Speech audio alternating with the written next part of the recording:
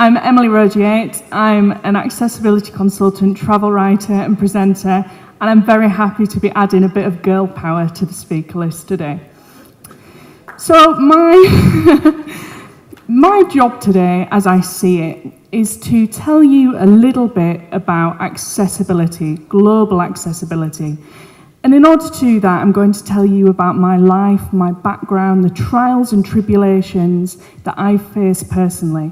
And hopefully by the end of the presentation, we can come up with what we can do as people to make the world a more accessible and inclusive place to be for everybody. And of course, accessibility, I really want to stress at the beginning of the presentation, doesn't just mean access for disabled people. It's access for the elderly, it's access for parents with young children who use pushchairs. So really, it does benefit absolutely everybody. Even bilingual signs and stations for people that use different languages is accessibility. But of course, as I'm a wheelchair user myself, this presentation will be focusing a lot on disabled people. So to start off with some pretty scary statistics. In a recent survey conducted by the UK disability charity Scope, 66% of people, 2/3 of people that were surveyed, said that they would actively avoid disabled people. 2/3 of people. And you may know this, you may not, but disabled people make up 15 to 20% of the global population. So 1 in 5 of our global population is disabled. And if my maths is correct, that's about 1.5 billion people. So as travel and tour operators, we need to be ensuring that we're really opening our markets to those people. So just to tell you a little bit about my story as a disabled person, and most importantly, a disabled traveller. I'm 26 now, and my travelling journey really started 10 years ago at the age of 16. In the summer of 2008, I was nominated by my school to go with the Journey of a Lifetime Trust, the JOLT charity, on a literal journey of a lifetime to Southern Africa, Namibia, Lesotho, and South Africa. I was nominated because the JOLT charity takes 24 disabled or disadvantaged young people to far-flung exotic locations so that they can realise their capabilities rather than just focusing on their limitations. So I went with total strangers. Some of us had physical disabilities, some had sensory impairments, some had had bad family backgrounds in terms of sexual abuse and alcohol abuse. And this photo is taken from the second day of our trip. And our job as a group of people was to get to the very top of this sand dune. Now, as a wheelchair user, that is not the easiest task. There was a lot of bum shuffling, a lot of guiding, a lot of talking and communicating with each other. And at the end of the day, we all got to the top of that sand dune and managed to take a group photo.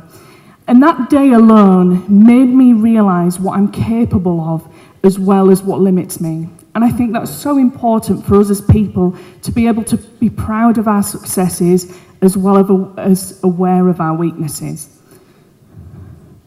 This other photo was taken from the last couple of days on the trip. This was a surprise day for us as jolters, as the leaders called us, and we were told that wherever we were going to go today was going to be a big surprise. We were told to get some wetsuits on, to get into boats off the coast of Cape Town, and to just be very excited about what was in store. And we found out that we were going to go cage diving with sharks. Something that as a 16-year-old girl and a disabled person, I never thought I would do, but I did. And the cage was going down into the water. I was very excited. I had my wetsuit on. And all of a sudden, after being down there watching the sharks for about 2 minutes, I got a really violent tap on my shoulder. And I looked up and I thought, oh my goodness, what's wrong? And it turns out that when I'm in the water, I lose the feeling in my legs. And my legs were dangling out of the cage.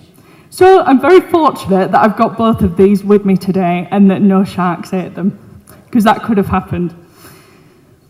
Moving on, 2 years later, I was 18 years old.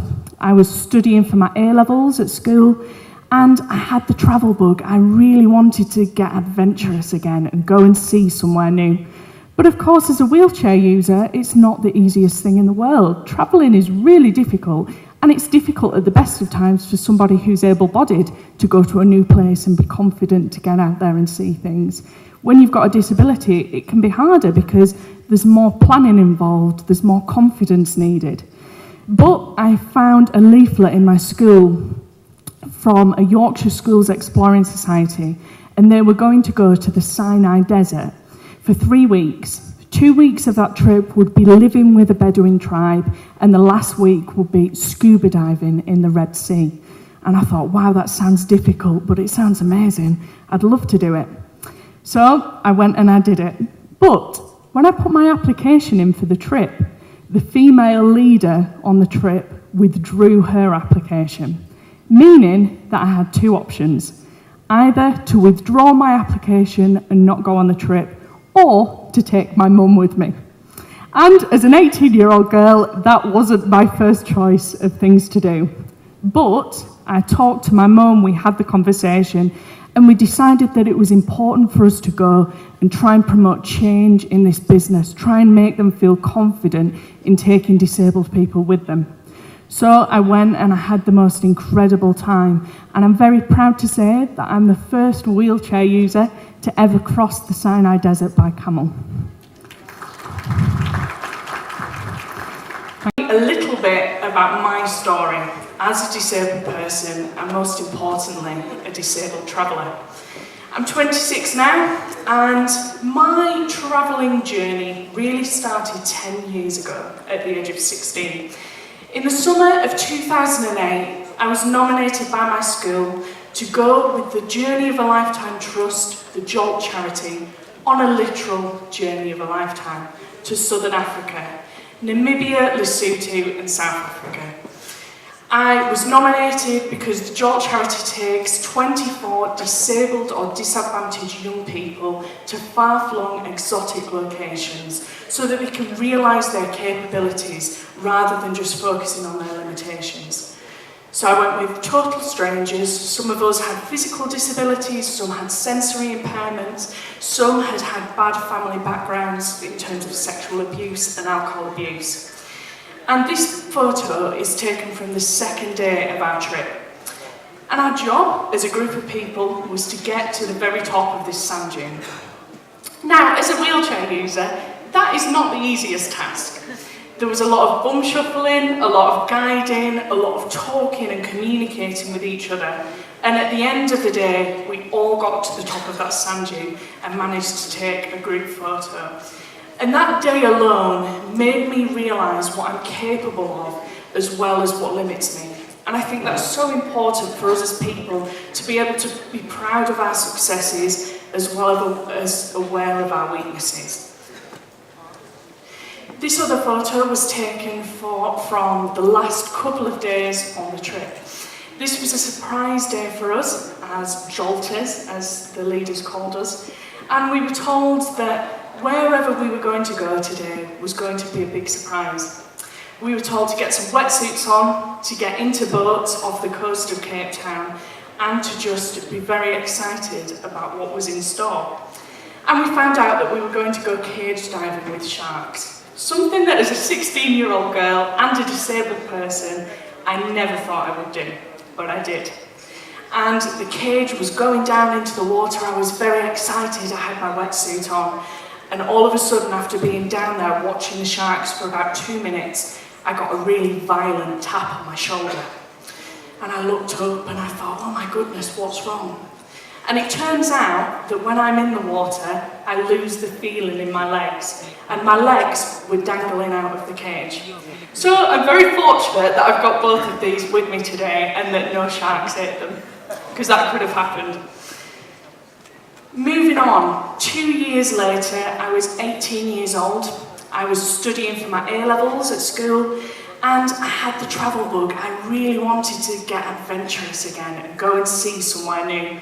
But of course, as a wheelchair user, it's not the easiest thing in the world. Travelling is really difficult, and it's difficult at the best of times for somebody who's able-bodied to go to a new place and be confident to get out there and see things. When you've got a disability, it can be harder because there's more planning involved, there's more confidence needed. But I found a leaflet in my school from a Yorkshire Schools Exploring Society, and they were going to go to the Sinai Desert for 3 weeks. 2 weeks of that trip would be living with a Bedouin tribe, and the last week would be scuba diving in the Red Sea. And I thought, wow, that sounds difficult, but it sounds amazing. I'd love to do it. So I went and I did it. But when I put my application in for the trip, the female leader on the trip withdrew her application, meaning that I had 2 options. Either to withdraw my application and not go on the trip, or to take my mum with me. And as an 18-year-old girl, that wasn't my first choice of things to do. But I talked to my mum, we had the conversation, and we decided that it was important for us to go and try and promote change in this business, try and make them feel confident in taking disabled people with them. So I went and I had the most incredible time, and I'm very proud to say that I'm the first wheelchair user to ever cross the Sinai Desert by camel. Thank you. Scuba diving was extremely difficult, especially when I was competing with people that weren't disabled and trying to keep up with them. And I remember going back to the hotel room every night and crying just because I was so tired. But I carried on, I persisted, and I got my qualification as an open water scuba diver. Next, we move on to a year that I spent in Australia. So this was between 2011 and 2012. I went to study at the University of Melbourne, and if you know the structure of the Oxford and Cambridge universities, it's a little bit similar. You live in a big college with about 200 people, and you all eat together, you all do activities together. It's a big, big place. And it was very, very daunting. The language was the same, which was a huge help, but I didn't know absolutely anybody there. I had no friends, and I was totally on my own. And then I met this girl. This girl here is called Alex Holland, and she was the only other wheelchair user living in the college with me. And I thought, wow, there's another wheelchair user there. We're immediately going to be friends. We're going to have so much in common. And she did not want to know me. She did not want to be my friend. She just ignored me the whole time. And I was really confused. Why was she ignoring me? Why didn't she want to communicate with me as a fellow disabled person? And it turns out that Alex thought that if she communicated with me as a fellow disabled person, she felt that she would become more disabled herself. She would put herself into a group, she would label herself, and that would make her less independent, which was a real shame, but true. So I realised nobody to help us as things went wrong, and we did it, and we had the most amazing time. And the real cherry on top of this story, and I get emotional every time I say it, is that the Christmas after I had come back from Australia, there was a knock on my door at Christmas, and it was Alex. And she travelled all the way from Australia to the UK to spend time with me. I returned back to the UK, and I'm a games maker at the London 2012 Olympic and Paralympic Games. So I volunteer, and I really experience the buzz of the Olympic and Paralympic Games. And I think, wow, this is something that I can do. I've got an English degree, I can write really well, I want to be a disability advocate whilst I was there. So I advised on modernised and reliable equipment to make sure that if there were disabled people in the transport system, they weren't going to get stuck or be at risk or danger if there was a fire or something like that. I also advised on things like tactile flooring and colour coordinate information was out there for disabled people. I've just said at the beginning of the presentation that disabled people make up 20% of the world's population. That's 1 in 5 people, and yet there's hardly any information out there. You're talking about wanting 5 million people to come to Nepal in the next 12 years. Well, here is 20% of your market right here that is totally new, fresh, and not tapped into yet. So Globe Hopper Guides, we write accessible guides, travel guides, we create media and vlogs so disabled people can see what places look like that they might want to go to, and we also... I'm going to invite Mr. R.R. Pandey, the former chairman of Pata Nepal chapter, as well as Pata Life member, to present a token of love to Emily.